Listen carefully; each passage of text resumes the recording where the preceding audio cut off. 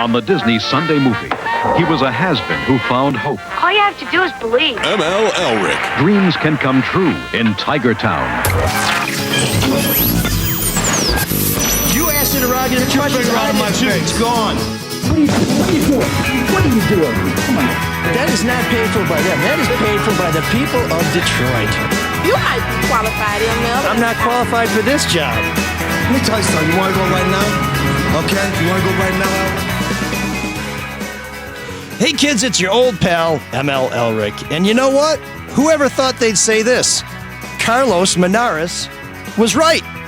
Oh, God. The Tigers made the playoffs. And I wish that we could do some deep research and document all the sports writers who are like, this team's terrible. They got nothing. It's over. You know, what a disaster. Because your Tigers, it's Tuesday, are poised to play tomorrow with home field advantage in the ALCS, ALDS, it's gonna be crazy. Right? Yeah, it's gonna nuts. be crazy in Detroit. Oh, So Erika great. Erickson is here, and that's something to be excited about. Mark Fellhauer is No one's excited about it. also. I'm excited, Mark. No, you're not. Don't lie. I'm It's all not. right. But our special guest is Andy Dirks, who's played on some great Tiger teams.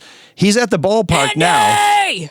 What's up? but he's a little further from home plate than he'd probably like to be right now. But he's in there. He's part of the game. He's part of the scene. And Andy, man, did you see this coming? You watch these guys a lot.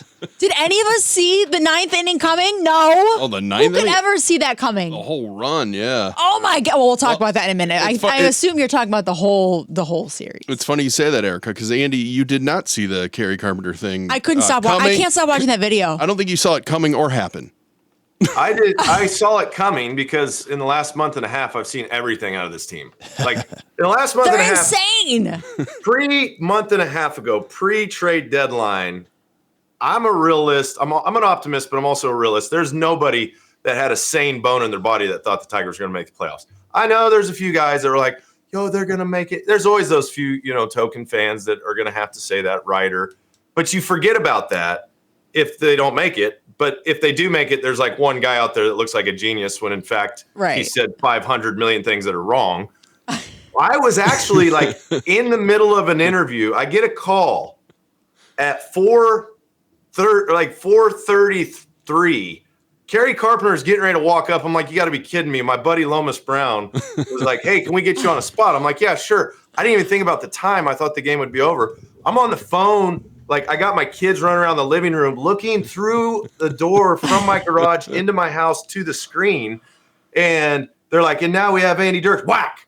I'm like, go. Let's go. Like on the spot. God, It was great. Carps has been so good, and he has gone through something this year that I think you went through too, which was you're only allowed to face right-handed hitters. You can't face a left-handed hitter.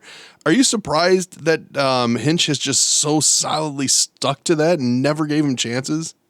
Well, he's had about 40 at-bats against lefties, I think. He hit a home run against a lefty. It's been a minute.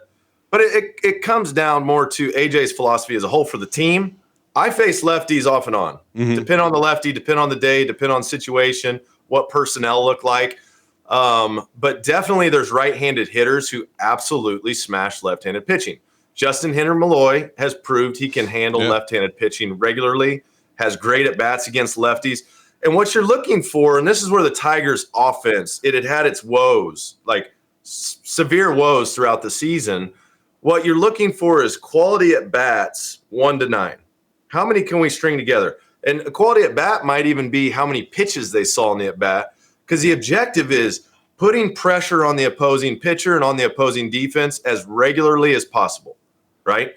So once the lineup kind of got healthy, if you got a guy that hits 260 and his on-base percentage is 340 against left-handed pitching versus a guy that's hitting 0.96 with 180 on base percentage, you're going to go with the more consistent at bats for the regular game. Okay. That's what you want, because that's going to put more pressure on the defense. More things can happen, more ways to score runs.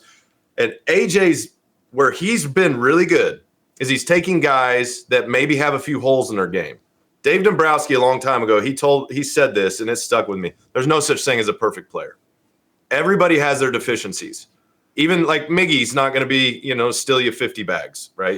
Right. One of the best hitters of all time, played pretty good first base, played a little third base, but he still has deficiencies in his game. AJ says, what are these guys good at? Let me put them in positions where they can succeed and see if I can manage a game and he's already thought out first inning through 9 to give them the most chances to have spots of success for their ability level, for their skill set. And he's mastering that, and he's got everybody to buy into it, which is a whole nother thing, because you're talking about professional athletes. I mean, there's a little ego in a pro athlete. Sure. And when you talk about the run that the Tigers did, a lot of people love to point to Javi Baez, and it's like, oh, we get rid of that guy and that albatross, and we get Sweeney in here, and boy, that's the switch that did it. It sounds like an overstatement. Is that an overstatement, or was there stuff that we don't see in the locker room that's like, okay, yeah, now that kind of unifies us, all these young guys that aren't making, people get visibly angry when they see people wearing uniforms with certain Baez? names. Yeah. Oh, well, I mean, we all know the contract and the performance, so yeah. I mean, I'm like, but still, let's calm down a little bit. I had people coming up to me and saying, why don't you cut Windsor and make room for Erickson? She just hits right-handers really well. That's why she's on the show today. But do we overstate the whole getting rid of Baez helped turn this team around? I think there was a lot of factors. That was one of them, though, for sure. I mean, Javi's performance was not up to the level that it was before he signed the contract. Like, that's pretty blatant to see, right? And we talk about, quality at bats up and down the order. What ended up happening was his lack of adjustments were making a void in that spot. And he did hit a pretty big home run right before he went on the DL that you'll remember, that was like, nasty slider down and away, which has kind of been his kryptonite. But when you put a guy in the order, when Trey Sweeney comes in, and now Trey Sweeney's putting together a little bit better at bats in that spot, it lengthens out the lineup. It puts more pressure on the opposing pitcher. It puts more pressure on the opposing defense. And the more spots like that you have, the better off you're going to be. You got to remember, Kerry Carpenter was hurt for a while. Mm-hmm. He came back in the lineup. Riley Green was hurt for a while. He came back in the lineup. Yeah. Colt Keith was not the same old Colt Keith that we saw the first half of the season versus the second half of the season. That lengthened out the lineup. Justin Henry Malloy put together some good at-bats. That lengthened out the lineup. Andy Ibanez against lefties. That helps lengthen out the lineup. So you can start seeing, like, there was more than just that spot that we needed to produce. What then happened is, now that took some pressure off the likes of, like, Spencer Torkelson, who now could just go out and just try to have some normal at-bats. Hopefully. Yeah. Well, he's had a little scuffles in the postseason, but hey, postseason's tough, man. Well, all he has to do is get a hold of one, because he smashes it. I mean, when that ball leaves the park, you feel sorry for whoever tries to catch it in the stands. It's going to go right through him. But, I wasn't paying as close attention late in the season to what Hinch was doing, but if I'd thought about it, I would have been able to predict this was going to happen, and I'll tell you why. As the captain of the Free Press co-ed non-competitive softball team at Belle Isle, I do exactly what Andy's talking about. I try and put the players in a position to succeed, and I try and make sure that we lengthen the at-bats. Where Andy looks like he's got a call. Andy, do you need to take that call? You're not. He's not. Go ahead. Finish up. I got you. What was that? Looks like Andy's closing a real estate deal here. He just said, "Whatever you want to offer me, I'll take it. I don't care. We got a motivated seller." You and AJ are pretty similar with your thinking about, we both use our initials. Slow pitch softball, big league baseball. It's basically the same thing. Hey, this isn't slow pitch softball, Andy. This is a mat league. It's co-ed, and there's some challenges there. I think people need to understand that. You just really have to control that lineup. So when you're controlling your lineup and you're going left and right matchups, like when Tony's sitting down there on the bench, a little hungover and not feeling so hot, do you play that into a factor too, or no? Usually what I try and do is make sure the guys from public radio get there late. That has helped us.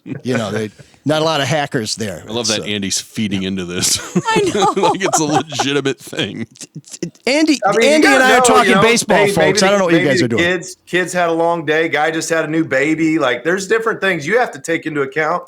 AJ doesn't even have to. Yeah, Your job's harder than AJ's. somebody got a new vape pen. These are things that you don't see that at the major league level. Managing at this level is a real challenge. Plus, I have to go out there and perform on the field as well. So this is last guy who did it as well as I did was Pete Rose. What happened to him? Never mind. Forget. Threw yourself under the bus, didn't you? Yeah. Boy, oh boy. You keep talking, you end up getting yourself in trouble. So somebody save Erica. Where are you? You got to save me. My Help. gosh. Save me from myself. Oh my gosh. I'm sending in the right-hander, So although we were she's having some problems with her wing here, she was telling us. What I really liked, I saw a tweet, and I can't remember who tweeted it out, but they were comparing this team to the kids in the Sandlot, just having fun and playing. And I thought that really kind of...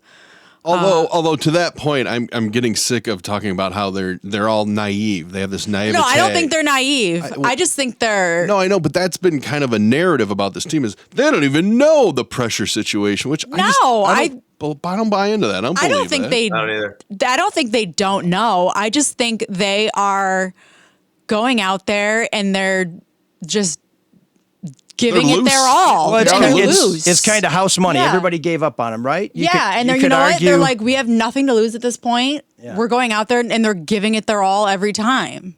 What do you see, Andy, as a difference between how this team is playing and dealing with each other versus, say, the 2012 team that you were on that made it to the World Series, or some of those playoff teams that you were on?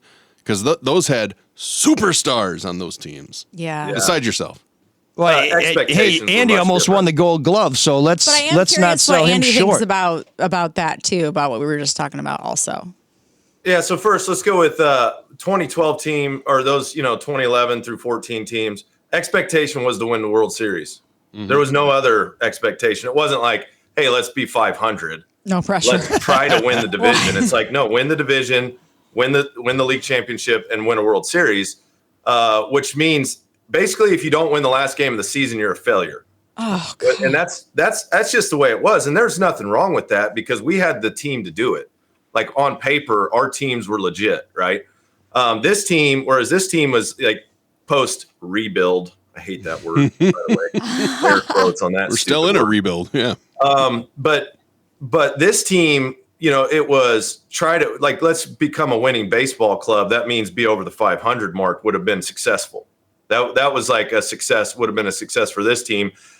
Scott Harris said, We're going to get very youthful. We're going to get youthful. We're going to get more athletic. We're going to get a core group of guys together.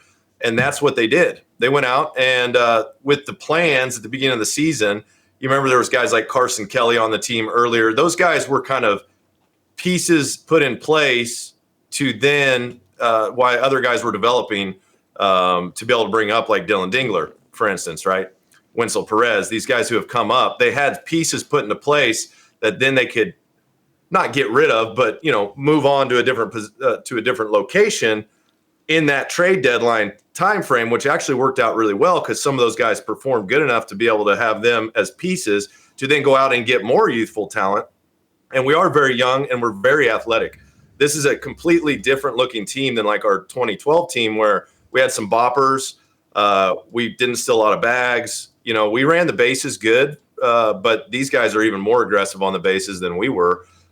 Pitching wise, we were very, very starter heavy. Yeah. We had some decent guys out of the bullpen for sure, but we were very like big horses up front. You think of Scherzer, you think of Verlander, you think of Doug Fister, you think of Rick Porcello, David Price, like Anibal Sanchez. Like these are horses that are going to go out and throw 8 innings, and then we got a setup guy in Joaquin Benoit and Papa Grande as a closer. Yeah.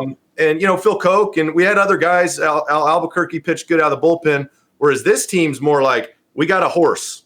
Yep. His name is Tarek Skubal. He's a very good horse. Yep. And he had Jay a great.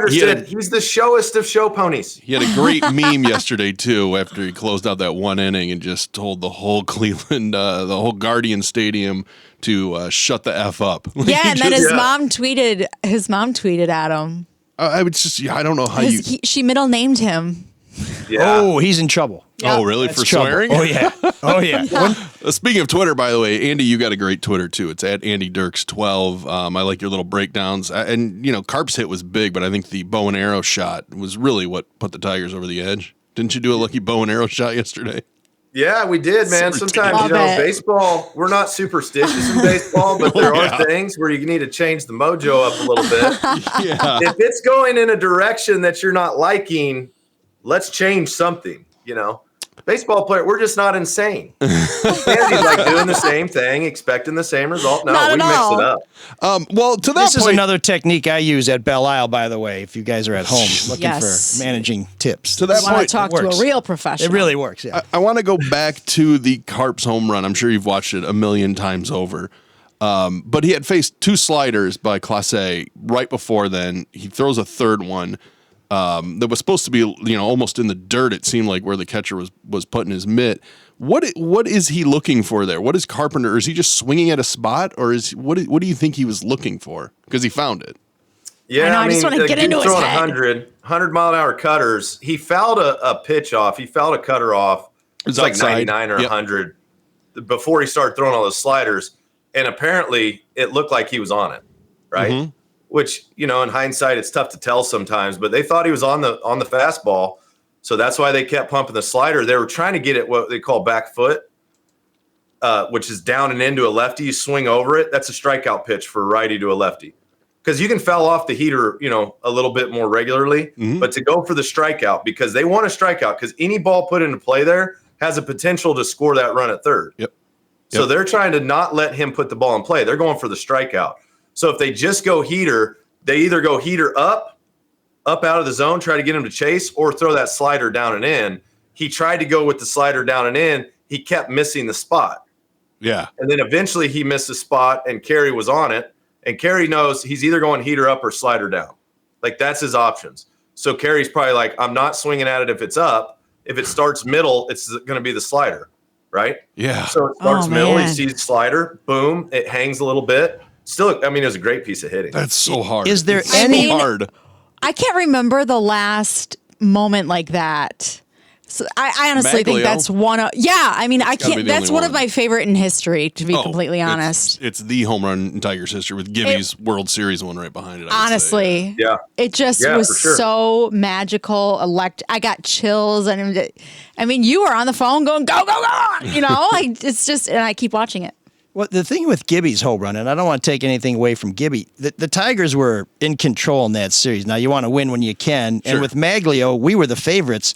This home run, we're on the road. You go down 2 games in hadn't Cleveland. scored a Right. run. It's over. We There hadn't was scored nothing. a run. This changed the series. And it reminds me, and Andy, I don't know if you're on this team or not, Completely but flipped the script. when Verlander won that game in Yankee Stadium and turned the whole series around for the Tigers, that may have been before you were on the squad, but it was just a clutch performance. And I don't know how you hit 100-mile-an-hour fastball unless you are kind of You don't, ML? you have a plan. Well, I thought with your softball. but it is. Yeah, I thought maybe you taught them guys how to hit a hundo. With the softball. No, I misspoke. I meant a 10-mile-an-hour pitch. That's what we No, have. you in got to the- hit 100. You that got to would- be cheating to 100. Yeah, There's no way. You're There's guessing, no way you right? can hit 100 unless you're like geared up, ready. You get ready a little sooner. You kind of sell out for 100, Yeah. which exposes you to breaking pitches. Or And often- change-ups, right? You end up looking like a clown swinging that So air. it's just so you can tell your guys in your men's league. We have women. Anything- We once have it's women over too. 95. Yeah. When you see something over 95, that's when you have to start cheating for the heater. So I know a lot of guys in your league they're throwing 90 over 95.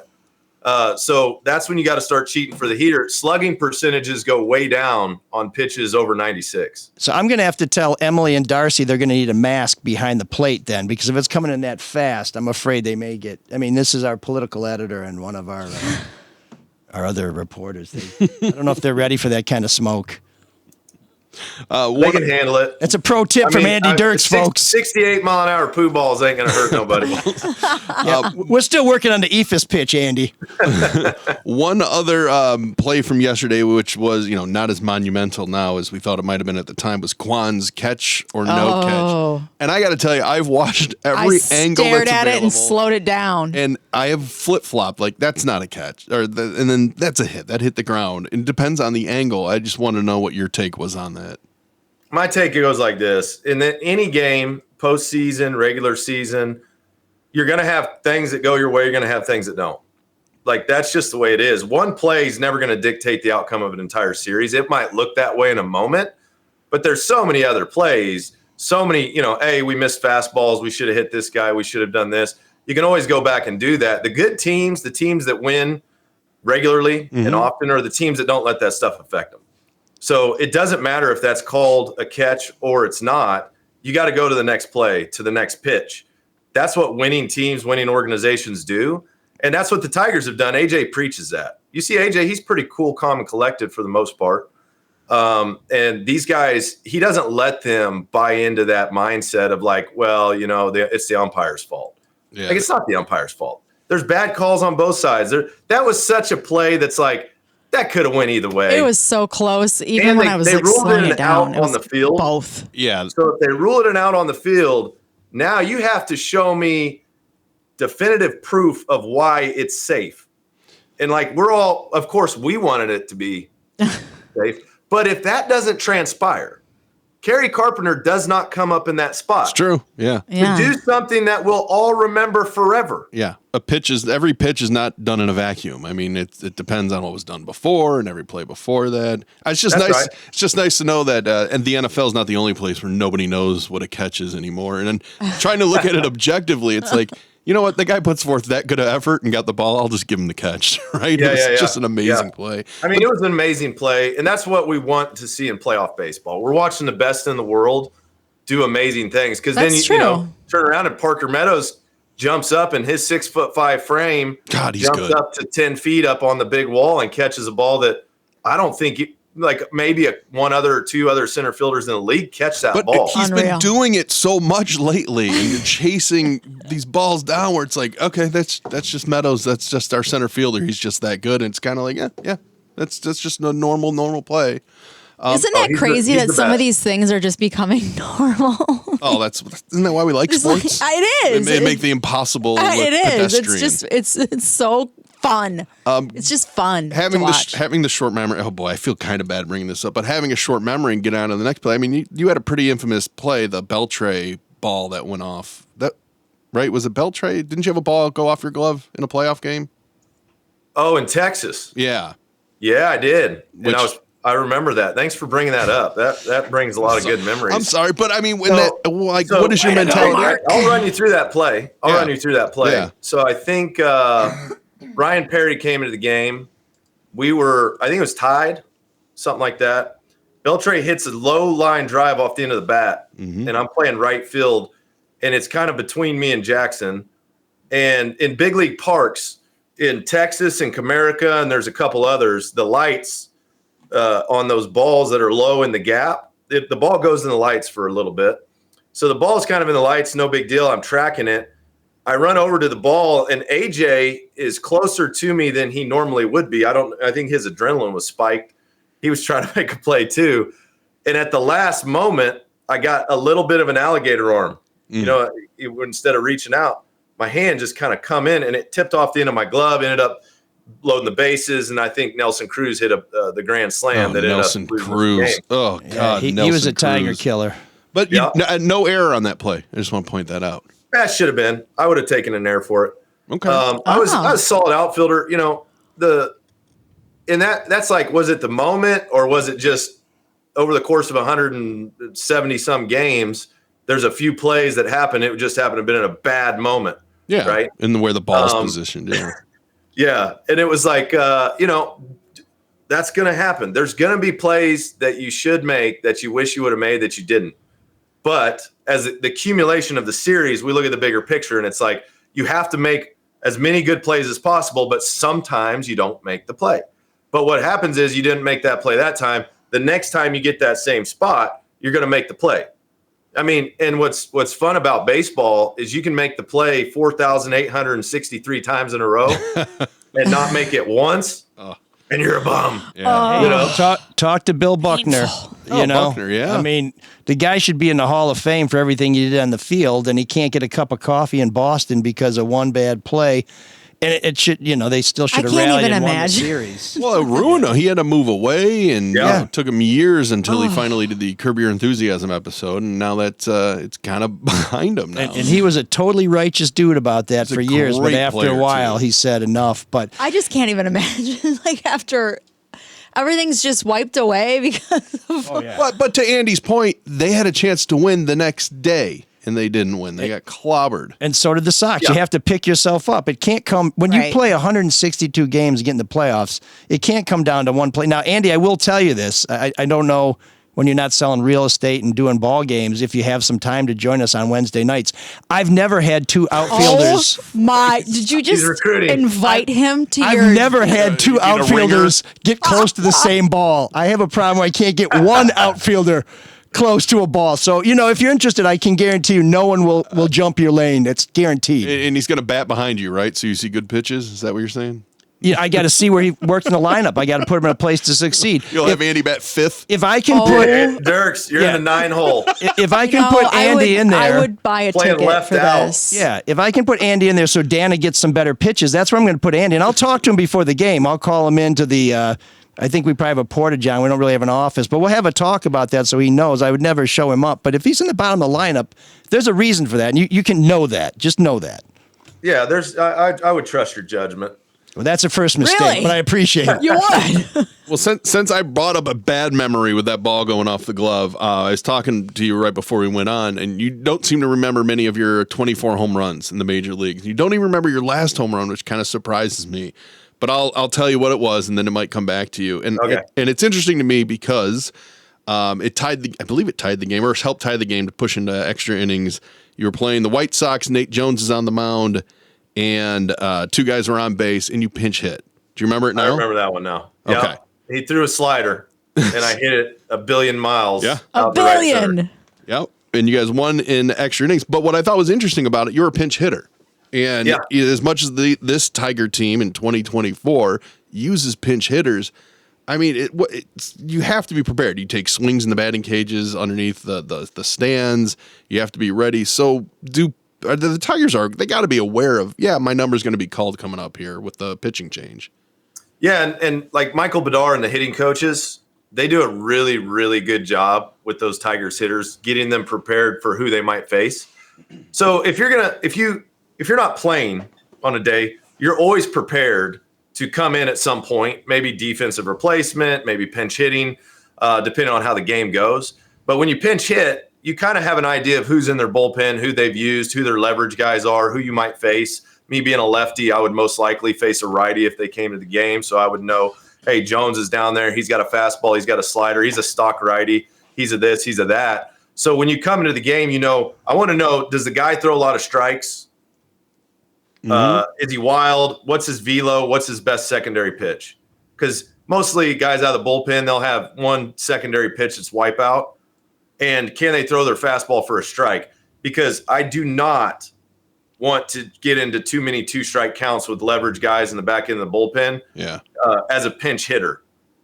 Because they just got wipeout stuff. So pinch hitting, you're aggressive. A lot of times you're going to swing at one of the first two pitches. And that you might foul it off or you might hit it, but it kind of gets you in rhythm and it gets you into the at bat a little bit. So if you're coming in and pinch hitting, always be aggressive. Now, if a guy sprays it, sometimes they're M&M guys is what we call them, miss or middle. They're either out of the zone or middle. That's my favorite guy because, you can just trust that he's going to throw this thing way out of the zone. It's an automatic take, or it's going to be a pitch I can really handle. And then be aggressive to the ball. You go down in the tunnel. There's cages down in the tunnel. You run a little bit. There's coach down there. Throw you front flips. You can set up a machine.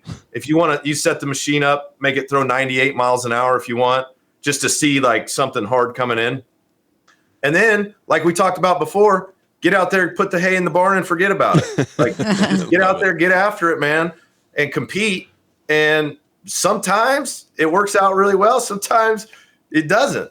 And that's baseball. That's what's fun about this game. You have to have some serious resilience and mental fortitude because sometimes you're going to be the guy in the big moment that gets it done, and sometimes you're not. How much credit do you give to the hitting coaches that they have on the staff now? Because it seems like in the past we've had coaches, for whatever reason, players couldn't perform or couldn't improve. Whereas you mentioned Carson Kelly, one of the reasons why he was a trading piece at the deadline was they brought him in and they built him up. I mean, he started to hit the ball better, and I think he was in trouble when we signed him last year, and by this year, he was somebody we probably were sorry to see go. How much of that is on the coaches, and how much of it is on the player? It's probably a combo. It's more on the player. Yeah. But these hitting coaches have done an outstanding job. A lot of young talent, and like Carson Kelly had some injuries that kind of slowed him down. This year he was healthy. That helps. But also just putting guys in positions of success. A hitting coach's job is not glamorous at all. Like when the team goes out and really performs, they get no credit. The manager gets the credit, right? Mm-hmm. And when the team struggles, guess what? Offensively, guess who gets dogs? Right. The hitting coach. Yeah. Every game, maybe the team scores 8 runs one game. There's still a guy or two on the team that went over. Yeah. That's still struggling. Who do they get to work with tomorrow? The guy who went 4 for 4 and hit the grand slam to win the game, or the guy who went 0 for 5 with 4 punchies? Who are they? Who's the manager's reporting down? Hey, what's wrong with this guy? What's up with this guy? Yeah, I know you're huge success stories over here, but they're already going. Let's get these guys up to speed, right? So they're the guys that are there, at 3 o'clock on a 6 o'clock game, throwing the front flips, going through video. What's going to get this guy? What's going to make it click? It's not always mechanical. It's like usually it's way less mechanical than it is mental at that level. I mean, a guy's swing is kind of what it is. You can tweak a few things mid-season, but the off-season is the only time you can really refine a swing path. You can't be trying to think about hitting a 98-mile-an-hour fastball and where are my hands at and my path needs to be here. It's just reaction, see ball, hit ball. So what they do is they'll go down in the tunnel, and I call them Band-Aids. You got to find, through the course of a season, you got to find something in your brain to think about that is very simple and easy that is done before you step into the box. So it could be your mental approach. Where am I trying to hit the baseball is number one. Look, thumbs up for Andy. Where am I trying to hit the baseball? That is the biggest thing that most hitters are stupid to. Like, where you try to hit the baseball will take care of a lot of the physical elements of the swing. So if I let the ball travel, I see it deeper. I'm trying to hit the ball as a left-handed hitter. Like if I was out in front, I'm just going to try to hit it over the third baseman's head. Like left on left, you gotta let the ball travel because you're exposed to the slider more. And what the hitting coach's job is to figure out what that little thing might be to get him through his next 25 at-bats. And then he might be really hot for 20 at-bats, and then he cools off. And then he's cold for 10 at-bats. Then he's okay for 35 at-bats. And then he's really hot for 50 at-bats, but then he's super cold for 50 at-bats. And what you're trying to do is find that little tweak. So kind of that sweet spot and figure out, like, gosh, Band-Aids. There's much. There's no like ultimate fix. It's like anybody that's ever played the game of golf can relate to a hitter. Well, I don't know. I was just thinking, I'm like, this reminds me of golf much. I don't know if Torque fans want to hear this though. Well, and he's made adjustments. He's made a lot of adjustments. Yeah, it's just got to be. It's got to be hard as a pro. You trust what got you there. Yeah. You listen to this coach. Maybe it doesn't make sense to you. You try it. It doesn't work, and you're thinking, "Well, I listen to this guy. Now I'm going to lose my spot." When do you say I got to go with what I know? Or I'm going to put my faith in this person because, we talk about pressure a little earlier in the show. Every one of these players has been under tremendous pressure probably from the time they're about 6 because you guys are all competing for so few jobs, for so few spots. And the notion that baseball players are not ready to perform under pressure, that is your life. You don't perform under pressure. You're not on the squad, friend. So don't worry about dialing up for the World Series. If you can't do it in spring training, you don't come to Detroit. Forget about it. I mean, it's what you guys go through, and all of us, again, I understand as a manager and as a player coach, but everybody out there eating that $8 hot dog and spilling a beer on themselves is like, you know what I would do? I know what you would do. you probably go crap your pants. So why don't you? And let the rest of us enjoy the game. The person watching but can it's always what you see. sign up for. Yeah. Like, you have to have a certain mindset to be a professional athlete at the highest level. You have to love the challenge. Every professional athlete, what separates the guys, it's not always physicality. It's that thing in between these two ears. It's like, what is your belief in yourself? You have to figure that out first. This Tigers team, they believe in themselves. They believe in the unit. Mm-hmm. They believe that they can do great things. Like, that's the foundation. Step one, they have to believe that they're big leaguers.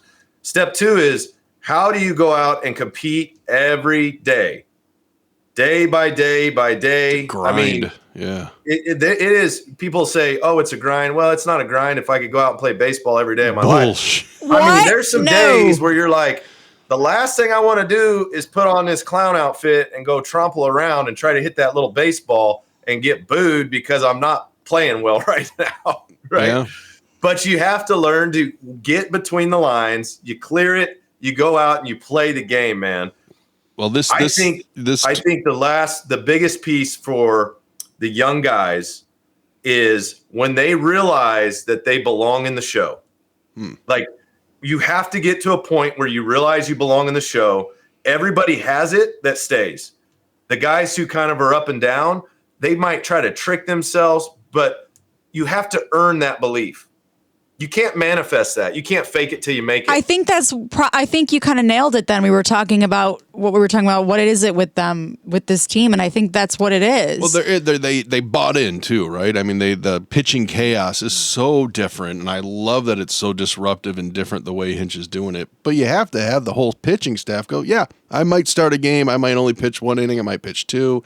And they all appear to have bought in that. Plus, like Andy hit on very subtly earlier, they're all healthy now, and they hadn't been healthy. They're healthy. Yeah, I mean, they're young, they're healthy. It's huge. It's been a fun ride, man. It really has. It's great. And so we'll be watching you Wednesday when the boys take the field about 3:08. What are you doing when you're not calling games? How can people get a hold of you? Well, I am usually just sitting here waiting on you guys to do a show. That's it. You know, You guys, you mean Elric? I mean, I'm not going to say y'all were on island time today. I ain't going to call you out like that. No, but you did. I'm glad. You know, I sell a little real estate. I got 4 kids. My wife. I'm a big family guy. My kids are amazing. Are you taking They're listings? Like 9 and under. Can people hire you to buy or sell a home for them? If they can, where do they go? Yeah, absolutely. Absolutely. You can just hit me up on social. You can see me on Instagram, The Real Andy Dirks. I don't know why I did that one. Twitter's like Andy Dirks 12. I started doing a TikTok. Oh, wow. You got to get some dancing on there. I'm up with the times. Damn. I'm not like you guys. I'm up with the times. And I love the broadcast that you do with Benetti and you needle him. You needle him in a certain way, which I think he needs. I don't know why I think he needs it, but I think he needs it. That's good stuff. It's like most people get intimidated by Benetti. I'm like, Benetti, you're the least intimidating guy I've ever seen in my life. He's so good. I've been watching him do college football, and I'm kind of blown away. It's like, oh my God, how can you? Because he's so just smooth and quick. Oh yeah, Great broadcaster. He is legit, man. Yeah, he's got it figured out, and I think the way his mind works is like an athlete's. And there's very few guys that didn't play the game at a very high level that understand the pace of the game like he does. Plus, he's got the elements of that make a great broadcaster. Oh, definitely. Well, we hope you guys will be calling games all the way up to and through November. Andy Dirks, former Tiger, great player, great broadcaster, great guest, and a man with infinite patience. So, Andy, we appreciate it. And, if anything you heard today you think will help AJ, feel free to pass it along. Compliments. I will, man. I'm going to give him all the tips you gave me. What were they again? Oh, yeah. He's going to remember. Andy's going to be like, you're not going to believe this. Groundbreaking. I thought you were taking notes. It's all right. Well, maybe Andy's moving down in the lineup even further. Yeah, there it is. There's his notepad. I guess Kate's going to be. I would pay to see this. Kate's going to be in the double hole. So it didn't sound good at all. No, that didn't sound good. Oh, I hope you're not listening, Kate. Sorry about that. I hope your parents aren't listening. Anyways, Andy Dirks. You, Andy. Thanks, Andy. Yeah, exactly. So it's sometimes you stay in there for one pitch too long, and then it changes Tip the your cap. They got you whole today. game. So. Then he keeps going. All right. Appreciate it, Andy. Thanks, Andy. Thanks, guys. Bye. Bye. God, he's good, man. Yeah, and we go Great. from great to Shawn, I think. Yeah, Mediocre. yeah. I'll get Shawn on here. I'm kidding. Oh, I miss Shawn. Do you really though? Yeah. I haven't seen him enough. He's a ray of sunshine. He is. We have not had Shawn in studio for a while because he's been on the road. Tigers have been covering- too damn good, and the Lions have been too damn good. I know. I love it. So much fun. And he was watching the Spartans, and I don't think he made it out to Seattle for the Washington game, did he? Who? Shawn. I don't think he did go to Washington. I don't think so either. So, and Erica's back. Erica, how's things going? Good. Good. It's great to have you. I was not in here with you last time you were in studio, so this is a special I know. treat I've today. missed you too. So few people say that. It sounds good, though. Don't lie. It sounds good. So before we get to the rest of the show, I want to thank the people who make the show possible. First of all, Dr. Yaldo, just saw him this week. He's recommended a. By the way, he looks like Kirk Saw him Cameron's clear. older brother. Oh. Spitting Okay. image. So Does Kirk Cameron have an older brother, or is this you just saying what it would look like? okay, so I didn't know we were going through. I had an eye test. Now I'm going for the grammatical test. He looks like he could be. Okay, Kirk Cameron's other. Or maybe they're the same age. How old is Kirk Cameron? What was that show he was in? That was a long Didn't time he ago. Growing get kind of Pains? weird? Growing Pains. Well, he's a holy roller. You might say it's weird, but He's, most people would say he got religious. No, I mean religion's fine, but I thought he got weird on top of the religion. I'm just kidding. He's very religious. Little, some people would say extremist. Yeah. Oh, yeah, okay. He's worried for your soul. Dr. Yaldo, though, he's worried for your eyes. So go see Dr. Y. We'll tell you what he's got going. Luke Nowacki, he's worried about your future. So check out Luke Nowacki and Pinnacle Wealth Strategies. And, of course, if you're looking for a good time on the East Side or from wherever you hail, the Caju Cafe is the pride of the East Side. Feather bowling, music, food. It's got it all. Check it out. We'll tell you a little bit more about what's coming up at the Caju Cafe this week later on in the show. I didn't know if you wanted to talk about your column from. Oh, hey, yeah. I mean, you love talking about yourself and the baseball or softball team. I figured. What about this little work you did? No. It's a pretty big story. No, let's hear about it. Let me clear this up. It's not about me. Ever. For once. Sure. It's about the team. Now, it does turn out you can't spell team without an M and an E, which also spell E, which are me, which is also my initials. But that's just a coincidence. We did end the Space. season on a 3-game winning streak. No one cares about that anymore. But like AJ, I figured it out. I got the team to buy in. AJ, I'm just telling you, AJ's got it. There's just He's no way. right. There's no way to fact check this at all. Oh, my God. Maybe you should have come out to a game. I left tickets for you at the box. Are you really the one in charge? Sadly. Oh, okay. But no. I So don't. You know, the point is nobody cares enough to fact check it. that was.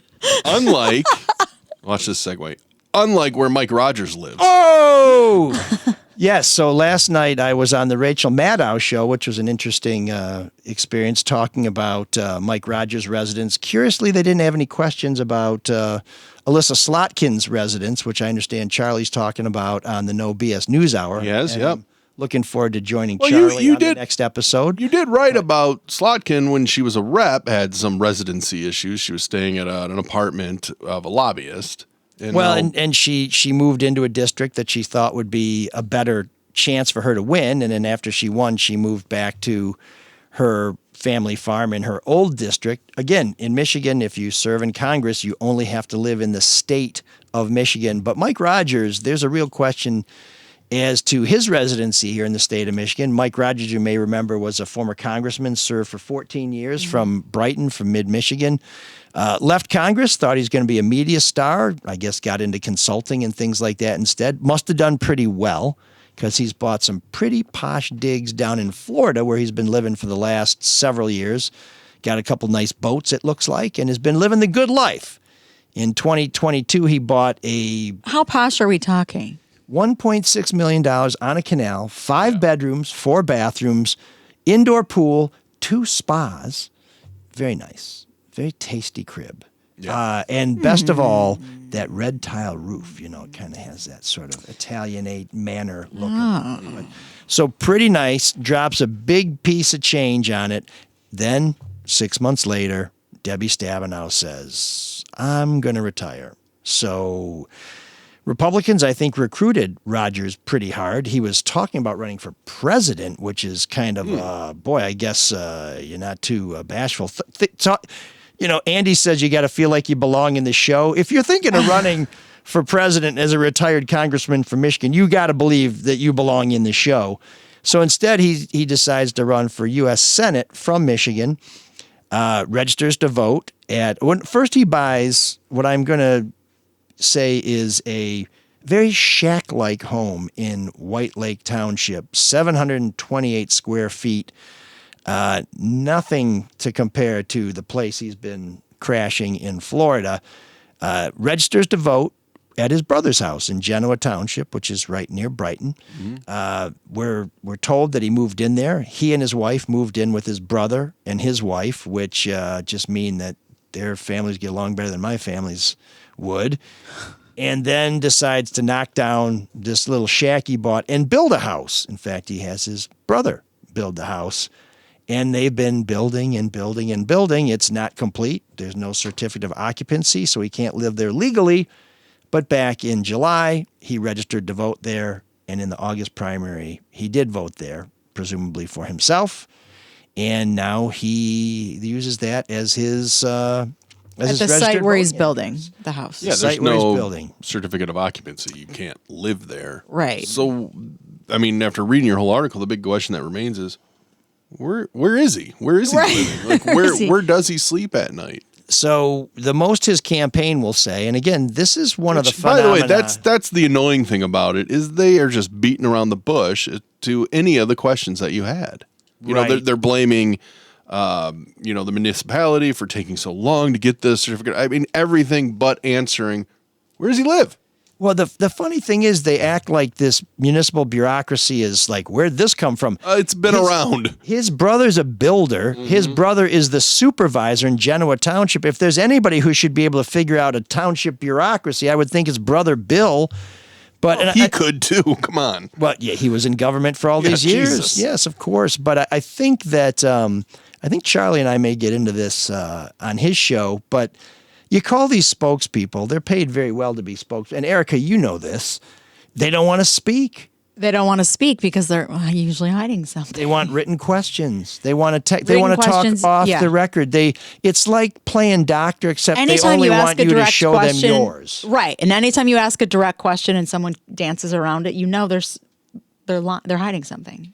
Yeah, it's just answer the goddamn question. Or they say you explain everything to them, and they say, "Okay, great, we'll get back to you." You say, "Now listen, brother, I want to talk to you. I told you everything. We'll get back to you. I told you everything so we could have a conversation, so you don't feel like, where's this coming from?" And then they say, "That's cool." And then they get back to you and say, "By the way, we're just going to give you a written statement." Mm-hmm. I'm like, wait a minute, I thought we were going to have a conversation because, Erika's been doing this. They won't have a conversation because they're hiding something. I think that's often the case, but let me ask you how this works for you. Or they're a terrible speaker, which he's not. No, they can't. Well, when was the last time you talked to the guy? Instead of the fart catcher. When did you get to talk to the candidate, the CEO, the boss, or whatever position? Fart catcher. Yeah. So if they're declining interviews, it's either they're a terrible speaker and they can't do the interview, in my experience. Or they're hiding something, lying about something, and they don't get got. Yeah. They don't want to get got. Exactly. They don't have an answer, or they know the answer they have is not going to benefit them. Exactly. So they have these spokespeople. So they have to give a statement that dances around it. Sure, fair enough. But then you don't get to speak to them. And one of the things that drives me crazy, and I keep trying to explain this to spokespeople, it's not efficient for me to talk to you. Then you give me a statement. Then I ask you questions. Then you give me another statement. Oh, of course it's not efficient. I say we, but coming from, my former job at the Wayne County Sheriff's Office, when I did that, we want to make your job as hard as possible. And we want to string you along as long as possible. I had always suspected that, Erika. But you have just told me. Why would we want to give you what you need? There is no Santa Claus. Santa is a figment of our imagination. Yes, it is a game. So anyway, But- we are trying to find out where he lives in White Lake Township. Not everyone's like that. I'm just saying, There are exceptions, you know, but fewer exceptions every year. when it comes to I'd say number 1 and number 2, what I just said. But yeah, if there's something to hide, I mean, there's a spokesperson for a reason. And I appreciate that, but at least speak. If your job is to go out there and take the bullets, then stand up and, get shot. Not But- every place is like that, though. No, and most are not. So we have asked, where does he live in White Lake Township? They won't tell us that. They've acknowledged that he's really Which is never a very lived there. simple. Can I think of a simpler question? Where do you live? Well, and it's not like we're going to publish it. I mean, I know that both Slotkin and Rogers and other elected officials in Michigan, I think the Secretary of State and others, have been swatted where people have gone and put their address in the public domain and people have gone to kick up dust and cause all kinds of ruckus. So I understand that you don't want us to publish where the man lives, but at the same time you could say, hey, listen, between us, it's 2222 Twin Oaks Way, but don't put that in the paper. Do people really think we're going to do that? I mean, do you know any reporter, No. Erika, who's ever said, oh, thanks for giving me this. Now I'm going to give everybody the Colonel's secret recipe. No. I mean, we just want the damn chicken, okay, folks? So we don't know where Mike Rogers lives. We do know that he doesn't live where he's registered to vote, and that may be a problem. And whether that's going to be resolved, stay tuned, folks. Oh, well done. Good story. I have good news and I have bad news. Is it the same thing? Shawn can't join us? No, he's there. Damn it! The good news is his camera's not working. oh no. Shawn, What are you hiding, Shawn? Shawn, can you hear us? What's going on over there? I can hear you. Can you hear me? Yeah, we can hear you. Can you see us? Are you dressed? I can see you, yeah, but I don't know. There's an issue with the laptop. Who knows? It's all right. Doesn't matter. You guys don't need. Don't need to see me. No, go to the top of your laptop. Is your little camera thing moved? We're not going to troubleshoot this with him on the air because it'll take Oh, forever. yeah. No, It'll take it's forever. okay. You don't need Sometimes to see it me gets anyway. moved. Yeah. Yeah. It's You crazy. haven't forgotten what I look like. It's fine. Shawn, where are you today? Oh, I wanted to see Larry Cleveland. David. What did you find in your rental car this trip? No rental car in this trip. Just Ubers. Okay. Yeah, I'm walking. Any weird Uber experiences? I always have weird ones. Do you? Not really. There was a guy. I went to the laundromat the other night because I've been on the road for 8 days. And clean clothes are always helpful. And the guy on the way back was wanting to engage in politics, but that's not really weird. He had a MAGA hat in his dash and wanted to talk to me the whole time. But that's not really weird. That's just our country right now. Okay. Did you meet anybody at the I was a laundromat? laundromat. Yeah, Yeah, I want to I know about the laundromat now. You pick Shawn up went to the laundromat. any potential No, mates? No. I just folded clothes, nice and boring, which is how I like it. By the way, I saw I'm sure you guys talked about this. I saw Mike on Rachel Maddow. That was nice. He's trashing his brother though. Why are you trashing your brother on national Oh television? no, come on. All he said is he couldn't live with him that long I'm sure his brother would say the same. Yeah, Shawn, you were bitching about picking up relatives at the airport. You're expecting me to live with somebody? Come on now, you got to be kidding me. When was I complaining about picking up relatives at the airport? Episode 423, minute 17 in the third segment, just before room 7609. Now, I know it was before room 7609 because when we got to room 7609, you relieved yourself of the obligation to participate in our conversation. By the way, I did How many see, times am I going to say, wow, this the one thing, the one thing that was especially lame about the laundromat is I was invited to dinner by a good friend of Erica's who adores Erika, by the way, Jennifer Hammond. Oh, Hammer. I love her. I couldn't make it because I had to have clean underwear. That's just What an it's just the way excuse. you gotta It's a go. great way to get out of You a didn't dinner. go commando? You should have just gone to commando to meet Hammer. You don't turn down Hammer. I'm going to No, I text know. her. I did feel a little bit bad, but I needed clean clothes. So, but anyway, she is a Can't believe I huge just fan told of you to yours, go Erica, commando. for whatever that's worth. She's great. She's just a great human. She And is. she wants to know when we're going to have her on the show. By the way, Let's get her on as soon as possible. She's a riot. Well, you know what, Shawn? I would just answer it this way. I'd say we've wanted to have you on the show for a long time, Jennifer. You've expressed an interest in being on the show for a long time, and we've told Shawn, would you please invite Jennifer on the show whenever she'd like to come on? So maybe if she could speak to our booker. I just talked make to her that happen. yesterday, so I'll We'll get around. I don't know. Does it? Sean, is it you've been ML replaced. Soul of Detroit, or is it Mark Fellhauer's Soul of Detroit, or Sean Windsor's Soul of Detroit? I'm not sure. Yeah, our name's not on it. I guess it was, that bandwagon. I guess you're in the back, breathing the diesel fumes. You could invite her on any time, Sean. You have the power to do so. By the way, Mark, did Mike find a way to trash this Tigers run like he did with the Lions? No, because he actually likes baseball. He likes the Tigers. Remember, I don't know if you know this, but he actually worked at Tiger Stadium for a while as a vendor. You might have mentioned. I never knew that. Did you know that? Oh, he mentioned it 1,000 times. A million, I think. Yeah. Did you know that, Sean, that he plays professional sports right now? And he was telling Andy Dirks how to play the game. No. It wasn't professional sports. You did make it about yourself. I was just sharing how I know that AJ Hinch's techniques work because I've employed them myself.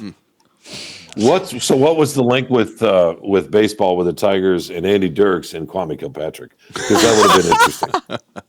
We haven't Let's brought put up it this Kwame way: yet. they both hit a lot of stuff. Just Why are his Kilpatrick hit earlobes his so stuff in the big? back of a Navigator, whereas Andy hit his stuff at home plate. Oh, who's? I don't know where that came from. Why are Kwame's? I'll stop. I can't believe I just said Because that. he took that earring in and out too much to appease different. He has huge sectors. earlobes. Or does he have a gauge? Is he doing the gauge now? He should. Maybe it'll highlight the earlobe. Yeah, I've always the gauge thing. It's not my thing, but I would try it if it didn't permanently mess up your earlobes. Remember the guy who was part of the Whitmer kidnapping plot when he went to prison? Yeah. Yes. You have to take all the jewelry out. Right. So he took the gauge out, and it's just like, what's with Dumbo? I know. Those holes. Is he going to fly out of the yard during his recreation? I mean, I've seen a shoe fly. I've seen a house fly. I've never seen a Whitmer kidnap plot suspect fly. Sean, you big Disney fan? No? Yeah, Magic Kingdom, isn't that where you live? I shouldn't make fun of his earlobes. It's okay. He was born with them. He can't control He'll those. be- He can he'll be control fine. the way he behaves, though. Yeah, he can control his dick. Your once in a while. earlobe shaming.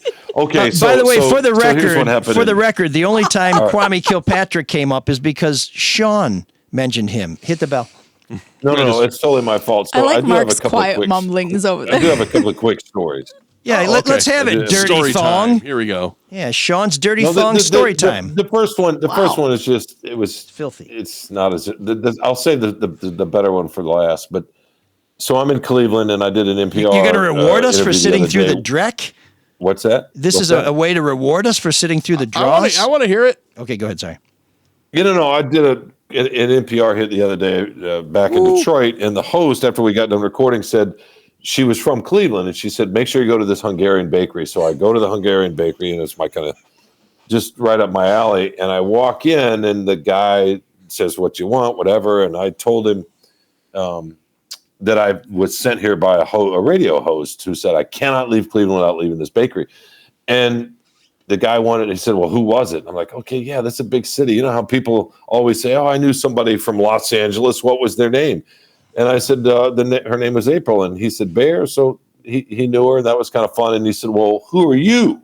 And I said, well, I'm nobody. And he said, well, she wouldn't have nobody on the show. So I told him. So that was So just you got the it for free? randomness of going into this little neighborhood Hungarian bakery. Did you get the food for Actually, free? having that work. What's that? Did you get the food for free? No, I wouldn't do that. I wouldn't do that. But okay, whatever. Don't That's you know just who a I quick am? aside. So I'm standing on a. So you got the I'm goulash. standing on What a happened street next? corner. Yeah. So I'm standing on a street corner, and it's midnight in downtown Houston. Okay. And I had a dinner with a friend who lives in Texas. I was walking back in my hotel. I'm in an intersection, and a white car with the windows rolled down, pulls up, and I don't really pay a lot of attention. And then all of a sudden, I hear, "Hey, do you have any life advice?" And I look over, and they're all young guys. It's kind of Robert vaguely Van Winkle. punkish. Yeah. They're in late teens, early 20s, and they're absolutely up to no good. And I have no idea if they have a camera on me. They're doing a TikTok, thing to make fun of the old guy, whatever, the uncool guy. Yeah. So I looked at them. I said, "No, do you?" And they said, "Yes. How about wearing a toupee?" And then they said, how about wearing a toupee, and you could really use some hair? And how do you go through life looking like that? Did you tell him? And You, I said, you "What- guys will what- know in a few years. I said, what would a toupee? What good would a toupee do for me? Then what? So I can look like you guys? That's not a bad And comeback. they didn't really know what to say. And then one other guy, and then the driver said, "Oh, you don't think I'm cute?" And that's when I realized, okay, Was that a- bye? Oh. So, Shawn, I'm pretty sure That's this didn't weird. happen, but I have a cousin, Jeffrey, in Houston, but I don't. He listens to Not the everything show. is related back to you. No, I'm just saying, I don't think it was cousin Jeff looking for Shawn on the streets of Houston to razz him. But if it No, was, they were clearly just. If it was, I don't trying to mess with condone that, people. Jeffrey. But what you don't know these days is who's filming. You also don't have any idea what else is in the car, who's packing. You have no But you idea just- what their No, you intentions don't. are. So and- my instinct was to just mess with them a little bit. And then I quickly realized, all right, enough's enough. And so they eventually just waved peace and left. But it's been a while since somebody just randomly yelled out, "Hey, how about a toupee?" I thought that was funny. yeah, that's. How old were they? And it was all men? 19, 20, 21, all boys. The way they were dressed, they were absolutely up to no good. It was a school night. I was just gonna. It was say- a school I night. was just gonna say that. I don't know if they have much schooling. Yeah. Yeah, but it was probably a TikTok thing, right? They're out Sure. trying to mess with people and get something on video and then say, "Hey, look, we're Did you see messing that with, they were recording you? I couldn't tell. They It was probably dark were, a little yeah. bit. But you If never know, you right? had a feeling Isn't that they were, isn't they that probably something were. that's your first assumption? Brats. Houston is not not one of my favorite cities I've ever been to. I don't know. I didn't really care. Oh, you for were it. there for the national title game. Yeah, and the Didn't place was Michigan win the fucking national championship? dead. That downtown was dead. Nobody wanted to know my advice for life or film me for a TikTok, which is probably apropos. I don't know. Mark's jealous. I'm kind of jealous. Yeah, Well, cousin it Jeffrey threw didn't him look for off me. when I said no, I don't, but do you? I think that. I now think that it's threw him off all a little about bit. Mark, I guess. huh? Oh. No, it was about the city of Houston, really. Patreon So subscribers, that's- you can see the look on my face. That's I'm my not buying story. That's my story. Oh, by the way, the Tigers had not a walk off, but a 3-run homer in the ninth. Are you going You Wednesday? had no idea, Sean. Are you going Wednesday, Sean? Yes, I'm going Wednesday and then Thursday and then Friday back to Texas Oh my God, it's a lot of traveling for you. for the Lions Cowboys. Yeah. Yeah, you didn't you say something about a thong though? I thought I heard a thong. I heard that wrong. No, that's what he's cleaning. The laundromat. It was warm. It was warm. I mean, a thong. You want him nobody wants to commando? see Now you want him in a butt hair, thong? right? I don't know. Pick one, Erica. I know. Jeez. Sean doesn't Nobody use a wants to thong. He see that. uses chains. He just gets a rope chain. And Gross.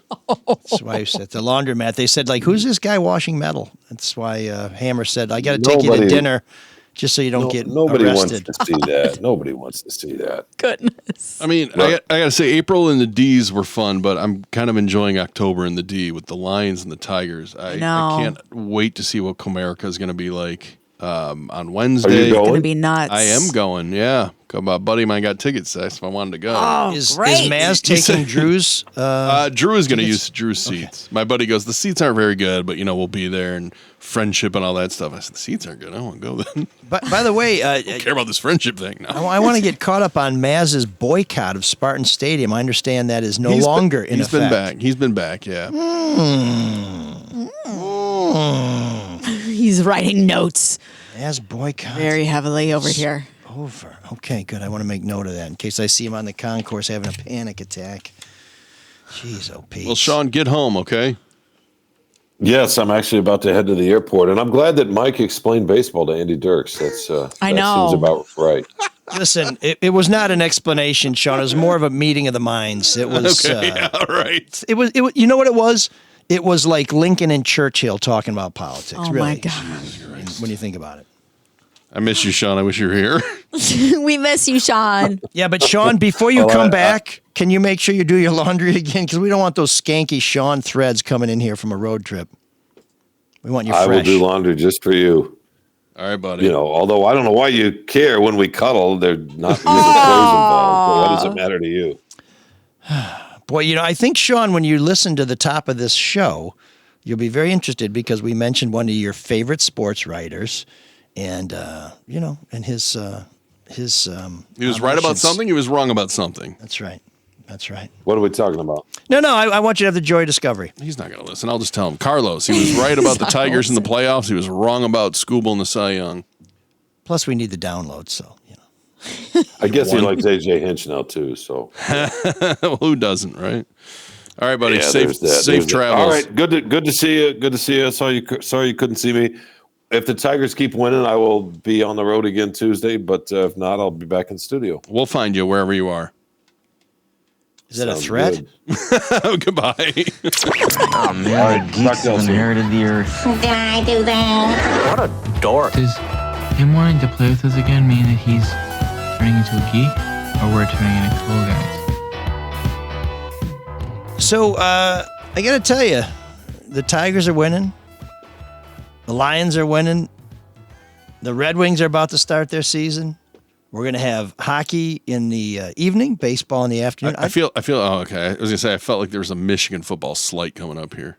Oh, no. That's those. I saw those- people flipping out over the new Red Wings ad yesterday Why? What was it? because the patch was on the Gordie Howe jersey. Oh, What? I don't know. I don't know this. What is the what patch? The waste management. Oh, the ad. we have a new sponsor. I know. Cares. Yeah. I mean, people were all up in arms about Meyer being on the Tigers sleeve. So what? Yeah. They're like, trash the patch. It's- I just liked that there was a Camaro in the ad, and Of course you did. yeah, Look how pleased she is. My only problem with these sponsorships is that the team brings in more money, but they never lower the prices for the fans. So Yeah, that's it's good just- business. Well, it's bad for fans. But anyways, everything's going so well. I really don't have a geek this week unless anybody has one that they would like. I mean, besides all the stuff with Diddy that we're all finding out, Oh God, yeah. I won't even bring any of that up. Yeah, whenever I do something like that, my mom says that's much worse than being a geek. What he's done. That's much worse. I have one today. You know how much I love gambling, right? I don't know if you know that. I like sports gambling. I think. In fact, I lost a bet on that. Yes. How much do you love it? I didn't real. I thought. What do you mean? I didn't know. I mean, I don't have an addiction. I don't love it Okay. that much. I'm just kidding. I like to place a wager here. There. I bet I could stop any time. What I- kind of odds would give me? I was I was not as bad as this is a story out of ESPN today. A group that looked at a bunch of college athletes, social media, and coaches and referees, and what they found is, wow, about 12% of the abuse that they get on social media is from angry bettors. Because they didn't go for it. They didn't. Well, no, they would lose. This is what's happening, and you find this out. And you know who told me that was with Jake Moody, the kicker, San Francisco. His dad, Chad Moody, said that same thing happened to Jake, where somebody will lose a bet and then find the player's Venmo account and send them a bill for their lost bet. And there was an interview with Peyton Thorne, the former Spartan What? quarterback who's now At at Auburn. Auburn, and he said, "Yeah, it happens all the time. Parlay straight up at whatever it is. There's always someone who's pissed, someone who's angry, and will hit up their Venmo account asking for money." And he said, but what's funny is when they hit that parlay or they win, they never offer us any money. No. So it's just one more example that it's professional sports. College is professional sports now. So that's my geek of the week. That Which was is Also, what you- I've argued all along, which is why I'm unhappy. But and you the guys game's, love it. And the game's better than ever. It's not about making the game better. It's college sports. If you want to go see the best game, skip college sports and go right to pro sports. That's where the best are. Your notion of what college sports should be is Mark is my geek of the week. Thank you for bailing me out. Well, am I allowed to like 2 different leagues in basketball or soccer? You can, but the objective of college sports is not to be the best sports it can possibly be. What is it? It should be to give people No, a chance I to. didn't say what it should be. What I'm asking you what it is then. It's a business. It's a big No, business. it is now. That's my whole It problem. always has been. No. It hasn't? You can't just No. say no. It absolutely has been. Listen, there was a time, and Ever the since reason why. 83, There was a time. the University of Oklahoma sued over TV rights. Yeah, that's 1983. They've been playing college football since Okay, 1883. then it has been since the which mid is 40s. which is why Michigan is the winningest program because they beat a bunch of nunneries back in the 20s. Then it has been since the mid 40s when they came up with the term student Those nuns were athletes tough, though. to avoid paying out a workman's comp claim when somebody died playing football. No, they're not employees. They're student athletes. That's fine. It's always been a racket. It hasn't always been the labor has always gotten fucked. There was an opening in the Big I thought Ten. you were pro-labor. I am pro. In fact, I was at a union strategy session last night that went. It was interesting. Anyway, the University of Chicago, one of the best educational institutions in the country, dropped football. They were an original member of the Big Ten. They dropped football because they thought that college sports was a distraction. And how'd that work? How'd that work out for their enrollment? I think they're still doing pretty good, but their football could team be way bigger. They could have a lot more money. Yeah, I don't think people go to MIT because they're concerned about the water polo team not bringing enough TV money. I'm just saying college sports should be about giving people an opportunity. That's why you have 110 people on the team. That's why you give people scholarships so that they can go to college. We tell people the reason you play sports. In fact, those of us who have witnessed kids playing high school sports, a lot of those kids are playing for scholarships, maybe at a Division III school, maybe at a Division I team. Well, is that wrong? School? That should be wrong. Then they should be but playing it's for the creating joy an of the opportunity game. for them. No, they're not trying to get a scholarship to play college sports so they can make the college money so that they can bring in more ratings. They're doing it because their athleticism is a gateway to a college education at an affordable price, maybe for free, maybe because they couldn't afford it otherwise, or maybe because... But if they're that valuable, why shouldn't they get NIL in high school? Why shouldn't they get NIL? Now you want to do NIL in high school? That's already happening. When people... When there's this much money going around, I will and they're never making come money, without a Geek of the Week again. All right, that was a mistake. I left an opening. And the scoundrels ran in.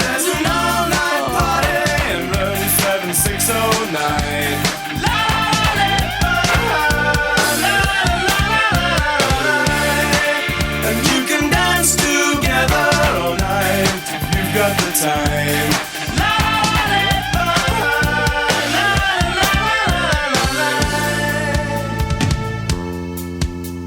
Well, it's time for us to support some of the people who support us. And that, of course, is Dr. Yaldo. Americans spent $11 billion, 11 with a B, on cataract. And you know I spell, never mind, with a B. Never mind, sorry. We're not going to go to NWA here in 7609. It's already controversial. Americans spent $11 billion on cataract surgeries last year. And if you live long enough, you'll need cataract surgery too. Cataracts are simply our natural lenses that have gotten old and brittle, like everything else in our withered, desiccated bodies. I'm thinking of you, Sean. Thinking of Sean. Yeah, and his filthy drawers. That's a visual. Apparently, you know all about him when you guys cuddle.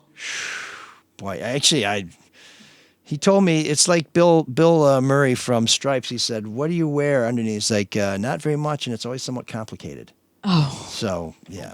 Anyways, Dr. Yaldo says you can wait or you can avoid ever getting cataracts. You can also avoid failing vision of all kinds by getting bifocal lens implants from Dr. Yaldo, Michigan's most experienced eye surgeon. His Clearview lenses give you perfect 20/20 vision or better for things up close and at a distance. That's for life and will prevent cataracts from ever forming and making your vision blurry and lacking brightness. If you're in your 40s or older and have trouble seeing up close, that's pretty much everybody, go see Dr. Yaldo. See how Clearview lens can change your life, meaning no more prescription changes, no more eyeglasses, no more contacts, no more reading glasses, no more saline solution, no more any of that stuff. You get rid of it all forever. And like Mark and I, who've both had LASIK, we see better than perfect 20/15 vision, folks. That's great stuff. You can get all done at the Yaldo Eye Center. Go to yaldoeyecenter.com, sign up for a free evaluation, and when you go, tell Dr. Y that ML sent you. Beautiful. And you know who else agrees? AJ. Gee. I haven't asked him, but we have so much in common as you know. So much. It's like we're brothers from another mother. Luke Nowacki, listen, I heard from the best of celebrities, and I think you may have talked to some of these people too, Erika, that if Donald Trump wins in November, it's the end of our nation. Then I heard from some other people, also celebrities, because that's kind of the circles I travel in, that if Kamala Harris wins in November, it's the end of our nation. So since it appears that you may be screwed either way, why not ask Luke Nowacki for help managing your investment portfolio as the country implodes like the last days of Rome? What do you have to lose? I mean, you can't lose more than 100%. And the other thing is when you call Luke, he'll make it all about you, sweetheart. Securities and investment advisory services offered through Mosaic Wealth. Inc. member FINRA-SIPC. Mosaic Wealth. Inc. is separately owned, and other entities and or marketing names, products, or services referenced here are independent. Mosaic Wealth. Inc. Okay, so I turned Geek of the Week over to Mark, and that was a terrible, horrible, dreadful mistake. I thought it was a good one. You're 4 people harassing college athletes when they lose their bets. All right. No, but it led to this whole college sports should I just thought be that was fun the to kids watch are just you guys kinda- chattel. Yeah. Have MLB wrong again? I've This been is an argument's been going on for 4 years. He's lost every time. I've been wrong so often it doesn't even affect me anymore. It's like I was telling somebody before we came into the studio, and one of the reasons I was a little late is I said, one of the reasons I'm able to do what I do as an investigative reporter is, I grew up in a fairly posh community. We didn't have much money. We didn't see the world the way most of our neighbors did, and I dressed like crap. So by the time I was 18, I didn't really expect to ever be liked. So it's made doing everything since then really easy. So being wrong, I've been wrong so long. I live in a house with 3 women. I've never won an argument ever, never will. So yeah, wrong. That's my wheelhouse. However, I love it. As you now know, if you get between the Yet lines, you still on try to Belle be Isle, right. I can turn. Well, it's like baseball. Hope springs eternal, and it springs in the spring. So, Mark, big windup. I turned room 7609 over to Mark. Mark, what have you got for us here in the New Wave Suite? A classic song from the year 1984, right? Does it need more setup than that? And it's not David Bowie's 1984. No, which is a new wave classic. And it's a good reason to subscribe to the Patreon because I thoroughly enjoyed the actual visual part of this song because the song itself, I don't know if it's that great a song. Here we go. Detroit is gonna party. This is in high definition, folks. Isn't it great watching all these old clips of, I love of it. Tiger Stadium? Do you remember that Channel 4 put this out as a full video promo? Oh my gosh.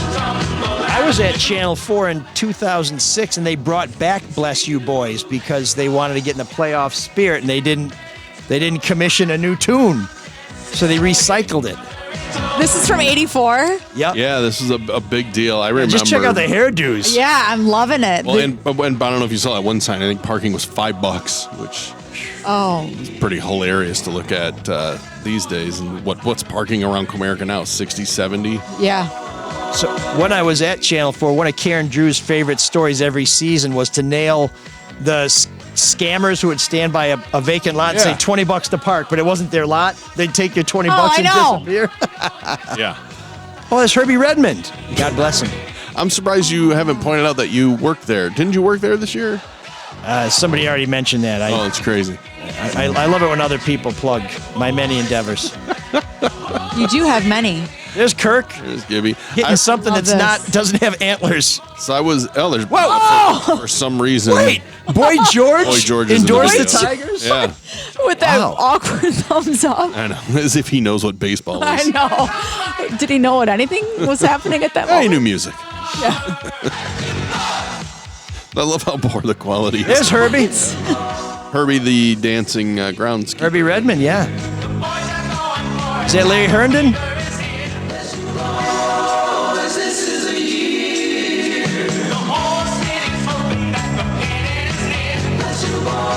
Tom Selleck. Oh my gosh. He looks the same.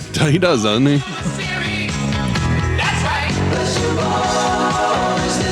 I swear, most sports songs are just so corny. They're terrible. They're all. I always talk about the Lion song, and my friends will be singing. I'm like, I Gridiron don't Heroes? Like it. You don't like Gridiron Heroes? What's the Forward best down the field? You don't like that? What's the best and worst team song that No, you've heard? I think it could be better.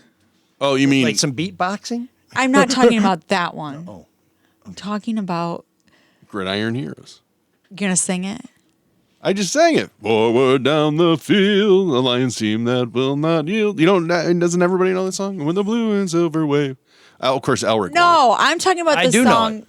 What are you talking about? When they score. That's what they sing. That's the same one? Yeah. Mm-hmm. They just didn't play it very often for many years. See, I love it because No. I remember from when I was a little No, kid. I'm talking about the new one. There's a new one? Is it the GMAC Cash one? What's the new one? I didn't know they have a new song when they score. You sure it's not Can you give us a couple verses? No, because I block it out.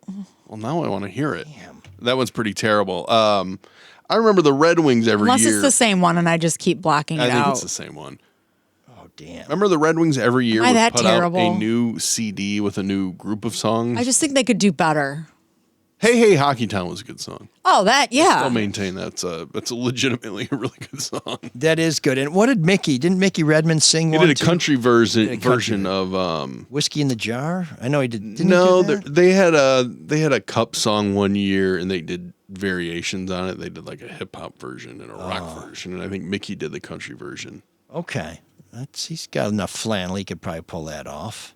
I do like another one bites the dust that they did back in '81. Jimmy with the Spider-Man line. Allen? Yes, I had that 45. And of course, it sent the team into a tailspin It did. after it was released. It did, yeah. They Yeah, bit maybe the it is dust. but there's just certain lyrics that they always play, and it's not that. It's not the blue and beginning. silver wave stand into the brave rah rah rah. Go hard, win the game. When the team Yeah. gain your fame down the field and gain a Lion victory. Go Lions! Yeah, maybe it's just the same certain verse You just that want they me? play. You just want me to sing it? Is I that kind of just. Maybe I like it better when you. Maybe it's just the people singing it around me. I'm not really. it? Maybe it's just the people that are around you. Period. Right? I would love to have these guys come in and perform their songs. We could do. And like no, I'm not an talking about my American friends. Idol. I'm talking about other just drunk screaming. Do you go to a lot of Lions games? I try to go when I, was Tigers Lions games whenever I can. Yeah. I haven't gone to as many this year. I've just been really busy, but no excuse. I know. I haven't been to Ford Field. I went for the playoff games last year, but maybe it's I love the Silverdome so much, like I just miss the Silverdome. Am I the only person? No. Why are you making Yes. that face It's very at me? nostalgic. What's wrong with the Silverdome? I went to go see a concert at the Silverdome, and I'm not sure I ever heard an actual clear note. That place was Concerts are different than terrible. seeing a game there. Yeah. terrible. Well, the Lions were terrible. You know, the best. Same thing when you see a concert at Ford Field or, Yeah, not the best place. or The like stadium. a concert at Comerica. Yeah. The acoustics at Ford Field are not good.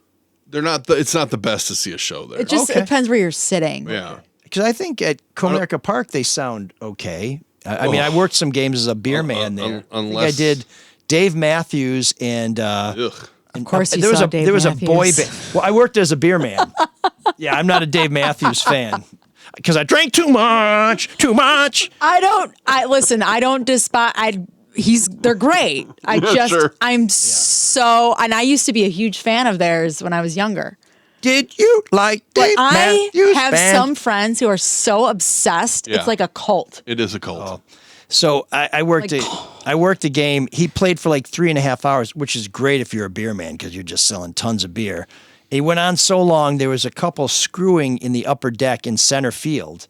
And when they finished, I went up and said, "You going to buy her a beer?" And he's like, "No." I'm like, "Wow, what a great guy." That's in my Dave How do you know Matthews Band. they were screwing? How long did you watch? Because I had seventh grade human sexuality in middle school. Okay, Sexuality? that's what they called it. I think it was called human. And the teacher was a guidance counselor. His name was Mr. Ireton, so everybody called him Iron Balls, and he hated Very it. creative. This was in the early '80s. I bet he still goes by that too. Oh man, I thought it was cool. if he's still with us. Iron balls. But Iron balls here. all these counselors were forced to teach this class, so they hated it because it was all Of course they hated 12-year-old boys. So he's like, okay, we're going to talk about there are parts of the penis that involve things that vas, and he's like, there's like the vas deferens, and then Jeff Henze yells from the back room, and Vaseline. He's like, Henze, go to the office, get out of here. Oh man, he thought he killed with that line, didn't he? Oh yeah, He Henze probably, was- he thought he was super cool. He's still using it. Well, yeah. You know why he's still in the 7th grade? He calls old iron balls and just yells it into the phone and hangs up. Yeah, now it's probably rusty balls, but Ew. it's sweaty. It's steel. Anyway, what happened? How did we get here? I don't know. Okay. It's anyway. crazy. Well, speaking of that part of the body, we got a note from a gentleman named, I assume it's a gentleman, or maybe it's a lady of the evening, named, oh, no. This is. Did you read it yet? This clears up a question. This is from Penis Breath. Oh, he's back? Yes, because we raised a question last week. Shout out. Yeah, is this really your name, or is this like is this a side effect of your job or hobbies? It says, "Thank you once again for the shout out. Love the show today. I identify as a he him. I've been listening since the beginning. I had a feeling. How much do I have to donate to join the crew in the studio?" Send us another message, Penis Breath, and we'll want a penis breath in here. Another one. Yeah, I mean, is it? Can we give him some Tic Tacs? Well, That's the only feedback we have. No, we have some more, and we also want to welcome Robert Dorijo Jones, who became a member of what I was calling the Soul Patrol. Yeah, which is stolen, but Mark did not like that. No, it was stolen from Taylor Hicks. So I'm going to steal from somebody much more talented than Taylor Hicks, much smarter than Taylor Hicks, and much cooler than Taylor Hicks. That person. Erika Erickson. We are now calling our Patreon posse the Soulmates. Oh, yeah. There we go. That's your money. The souls unite. That's your money at work. Those are your dollars going to work for you. And for those of you who aren't supporting the show with a donation, for as little as $5 a month, you get to watch the show. You stole that from Taylor Hicks? If you're a $5 Patreon member, you can see the look on my face as Erika just called me out as being even less cool than... It's so uncool. Now that we both have gray hair, I'm kind of into Taylor Hicks, but nobody else is. Anyway... We should get Taylor Hicks on the show now. And apologize. I think he'd probably do it for $5. We could put your $5 to work booking Taylor Hicks. But those of you who support the show, we really appreciate you get to watch the show. You get the show before anybody else. You don't listen to those annoying insertion ads. And you get our bonus episode. Our most recent bonus episode features our own Erika Erickson. So please sign up for Patreon. It helps keep us coming back every week. And we also have people who support the show by sponsoring us, and that's the Caju Cafe, one of our best and most loyal sponsors. They're the pride of the East Side, where you'll find great eats, dope beats, and feather bowling. Oh my God. What was that? It was not a dope. I was kicking. What? He was trying to do his Fat Boys impersonation. Dropping some dope rhymes and Were you kicking trying to some beatbox right there? fat beats. No? The human beatbox? No? That is not. Wait, there we go. All you have to say is boots and cats. He's like, really funny. Like, what was that? It's the Fat Boys, right? Isn't it the Fat Boys? Of course. Cool Rock Ski in the house. Oh, for fuck's sake. Okay. What's going on? Right now at the Caju, they're like, we're going to cancel our sponsorship. Yeah, this is listen to Mark. treading very. That's the Boots and Cats beat. Everyone knows that one, right? Apparently not. Yeah, just say Boots and Cats over and over, and then Cats and Boots. Did you learn that at Puff Daddy's? Boots and cats and boots and cats and cats and boots and cats. Let's keep it okay. Start your week off right with Muscle Madness every weekend. Yo, when the Caju dishes up all you can eat muscles. muscles. That's right. You're still doing a read. Wednesday, it's karaoke, and they do accept beatboxing. Thursday, hear the Blue Belly Boys. Friday, it's My Fellow Astronauts with Ben Silas. On Saturday, it's Ish, just Ish. Oh, okay, that's a good. I like that band name. Must be Irish. They take the stage. Wait, why? Well, because Ish, it's one of these things that they say in Ireland. Oh, it's also what they say when they don't want to say shit, right? No, they usually say shite. No, not. Oh, when they don't want to. Not Irish people. Oh, sorry. People in general. Why are you slow today? I mean, you were really late. So. I have a cousin in Ireland too, by the way. Hope he's listening. Is it still. Joffrey? I don't think so. Oh. No. Anyways, on Sunday, you can end the week right on a high note with Karam, Gideon. Oh, that's right. We're still doing a read. I can't Can't work on this. I'm contacting my agent. Just go to the Caju Cafe. You're going to find a Just great go. act. It's fun. It's Jesus, cool. what You'll else see needs On to some be Sunday, said? you can catch the Karam Gideon Quartet, and of course Monday. Oh, you know what? Monday night. Open mic? Well, they got Muscle Madness, but you can also have the Monday Night Jam with Bobby East and friends. I wonder what it's like to have friends. Maybe I should. Yeah. Yeah. No, it's pretty great. It's like, good to have friends. It is good. Try yeah. it sometime. Yeah. We hang out, chat, go to games, go to Lions games together. I guess you're going to the Tigers tomorrow with a friend. I guess. Are you not going? No, be working. All right. And been working on my boots and kids pizza. I also have to make a correction because we believe in the truth here. Who messed up? You? Oh. PJ points out, you may remember we talked about how great Don Cheadle is, how he's great in the big $1 million fight. Uh-oh. And I said he was, most people, don't know that he was in Swingers. He wasn't in Swingers. PJ says, I guess all young black men look the same. All the best. Yeah, it was not. Oh my gosh. Who was it? It was not Don Cheadle. Who was it? I'll tell you in 1 minute. Oh, because you still don't know? Just say his name. Don Cheadle he's in everything. Yeah, he's in a lot of movies. That's okay. Yesterday, Drew confused Denzel Washington with Morgan Freeman, who I immediately confused Morgan Freeman with. Okay, that one's gonna be tough to live down. Yeah. Alex Desert, and if you're watching us, where's the camera? Alex Desert, I don't know. No one knows who that is. Yeah. Well, he's a Don Cheadle lookalike. That's who he is. Let me see. Is he though? Sort of. You put a pork pie hat on him, sure. You know what? I will say he kind of looks like Don Cheadle. Well, you're just proving this guy's point right. I guess they all look the same to you. Maybe I do have. They don't. Maybe I do have a friend somewhere. Next thing you know, you're I going think to he's those kind of people. attractive. Oh. As is Mr. Cheadle. What's He's this got dude's nice name? eyes. What's I this think he's dude's better looking than Don Cheadle. What's his name? They're both handsome men who I could tell apart in a lineup, for the record. Alex Desart. Desert?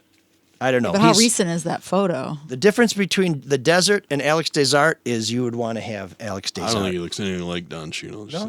Well, maybe that photo. I don't know. This photo? You don't see this? That's. Yeah, I'm looking at one very similar to that. Okay. This guy's head is like really long. Well. Did you notice that? Like that guy's head is like squished in a vice. like a filbert? Yeah, kind of. Yeah, okay. So all nuts look alike. Okay, got it. So while people are kicking the shit out of me, Hannah checks in to say, hey, ML, since you did several days of shoe leather reporting up in Brighton and White Lake, did you drive 5 minutes north to the 10-acre fake farm, which grows literally nothing? Cranbrook alum, retired Langley spook Slotkin inherited and pretends to live in? I did mention this whole issue. You did. It's in the article. Outside of a somewhat charming downtown, Holly is a podunk Rust Belt town. Any Ivy League zillionaire heiress is not living here. And I think there's a reference to Alyssa Slotkin's grandfather started a high company, grade, Ballpark Franks. Ballpark right? Franks. Oh, yeah. Number one selling hot dog in America. Free plug there. Like Rogers, I doubt either live in Michigan at all, unless you count photo ops during election season. If Rogers loses, I'm sure he will quickly sell that new house. Alyssa's bio says born in NYC, boarded at Cranbrook, college for 6 years in New York, and she was a Fed in D.C. for 20 years. She worked for the CIA and then the National Security Council, I think, or agency, one of those two. When precisely was the last time she was an unquestionable full-time Michigan resident? Literally ever? I'd bet her Cranbrook Kingswood yearbook directory didn't even use a Michigan hometown address. Has anyone bothered to look up her Cranbrook Kingston yearbooks and directories? Anyways, I doubt I'm telling you anything you don't know, which is why so many people, including me, have quit voting. Whoa, hey, wait a minute, Hannah. Why don't you write somebody in at least? Red team and blue team are pretty much the same team. And as I point out in my column. I kind of agree with her, but yeah. They are both. About quitting voting? No, just that they're all the same. They're kind of the same. But which I disagree with. But anyway, policies are different, but the people are pretty much all the same. I feel like a lot of them are grifters. I think when you put Marjorie Taylor Greene on one end and Alexa Ocasio-Cortez on the other end, you got two very different people. I'm not saying it's one better than the other, but to say those two are similar, Well, I think their policy ideas are very, very different, clearly. But now, I will tell you two people who I think are personality-wise, they're not that far different from each other. I think you have to have a certain type of ego to be a public official. There's a certain type. I'll give you that. Yeah. I don't think either one of them cares about Americans, if that's a pretty generic term. So sad. I really don't. I really don't. I think they care about there's certain kind of Americans. I think they, in their own way, care about America. I just think the way they express it may not always be the most conducive to bringing us all together. But I do take your point, Mark, because I have said for a long time that people on the far left and the far right believe in different things, but often act the same way, where they'll ignore facts when it's convenient to make their argument, when they'll accuse you of not being enough of one of or another thing, or being too much of another thing. But the problem is they make good TV, and therefore they kind of go on the cable channels all the time, and therefore kind of control the narrative of what we talk about. Well, it's more than making good TV. They had to convince enough people to elect them to get on TV in the first place. So. Does Marjorie Taylor Greene, I know she sits on committees, and does Alexandria Ocasio-Cortez, do they really have that much power in their party? Marjorie might, because she's super close to Trump, but they are still just reps. Right. They're not leading the House. Look what you guys into, Hannah. This is like that. Well, I think it's blaming. I think there's a lot of exhaustion because, you see these questions about Rogers. You see them about Slotkin, and those are our choices because you know what? Nobody pays attention to primaries. And that's true. And people don't vote in local elections where your vote really has the most impact. But let's get back to Hannah taking some shots at me. She says all this political stuff. It's all ginned up media hysteria and hit pieces like yours when the fact it's pack puppets and war hawks on all sides. No matter who you vote for, our next senator is going to be a retired Fed who doesn't live in Michigan, both open borders and both itching for hot wars in the Mideast and Ukraine. Whew, that's a hot take. And some of it, I think, is probably hitting pretty close to the mark. It's signed Hannah and Holly with a smiley face emoji. So I guess I do have another friend. When you know how much time they spend raising money for the next election, especially House members, it's just, it's all a game. Well, one of the things that I never did as a candidate, and we raised $100,000, which is not insignificant, is I never did call time. I never locked myself in a room for 2 hours a day just calling people. Right. And that was never my most important thing. All the time. All the time. On both sides. It's exhausting. And once again, not voting is a form of voting. That's all I'm going to say. If you don't like either candidate, why are you voting for one? That's like, what's the sound of one hand clapping? It's kind of a deep Zen thing. But if you're not voting, you basically are. People always say that you must vote. You have to vote. It's like, well, no, I don't, because I don't really care. So I don't really like either one. Don't get me wrong. I'm going to vote. But I don't think you have to vote. But if you're bitching at me at the bar and you tell me you didn't vote, I don't have to listen to you bitch at me at the bar. But I didn't vote because I don't like it. Bitch at the bar anyway. But not voting is still. That's your ticket. That's your ticket to complain. If you didn't do anything about it, again, yes. When people complain about anything and they're not doing anything about it, I don't want to hear it, man. Yeah, and I don't want to bring. I wish you could just go in and vote and just have a none of the above. Like that'd be a great thing to have on a ballot for a lot of people. Seriously, because I bet you a lot of times it would probably be close to a third party. Here's what happens then: somebody changes their name to none of the above and gets elected. But, I don't want to bring this back. If that's the case, then fine. If that's how you win, go for it. It's a good loophole. Sure. I like a good loophole. Well, we invite your feedback, whether you are for us or against us. We don't care. You can send it to mlsoulofdetroit@gmail.com. You can also send us your suggestions for room 7609. We love it when you tell us about a song you think we should dig. But more importantly, we want to know why you think it's such a cool tune. I'm very sorry Shawn isn't with us because we do miss the guy. Miss the big guy. Yeah. Miss the soft-hearted schlub. Now, especially now that he's Downy Fresh. How often do we get that? And Hammer, by the way, next time you see him, you should know he's got some standards. He's only going to be he's going to be presentable. He will be when he sees one of our. Yeah, we'll get legends. Hammer in here. Yeah, she's just she's fun. Last time I saw her, she yelled at me. So. Oh no! Yeah, the killer cares. For ringing the bell too loud. She goes, you're going to break it. I'm like, I'm not going to break it. It did eventually break, though. I didn't do it. Yeah. That was my point. Sure. She go yell at the person that broke it. Oh, dear. She probably broke it. Well, we will be back next week. It's great to have Erika here in studio. She's going to be here on a regular basis, folks, so keep tuning in. Yay. Tell your friends, listen, like, and share. And please consider joining the Soulmates by making a small contribution or a ridiculously large I'm going to call Taylor Hicks. Are we going to get TH here? Yeah. Okay. We could probably use some THC as well. But we will be back next week. Until then, Cyrus, take us out. Can you dig that? Can you dig it?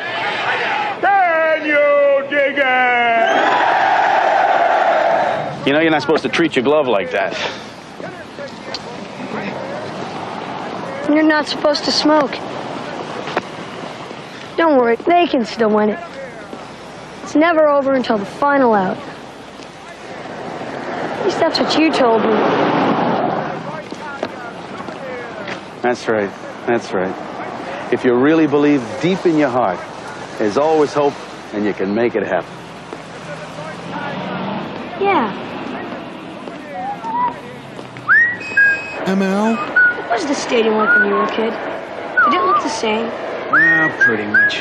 Except for that dumb scoreboard and a few good seats they took away. I don't know. This place will be here forever.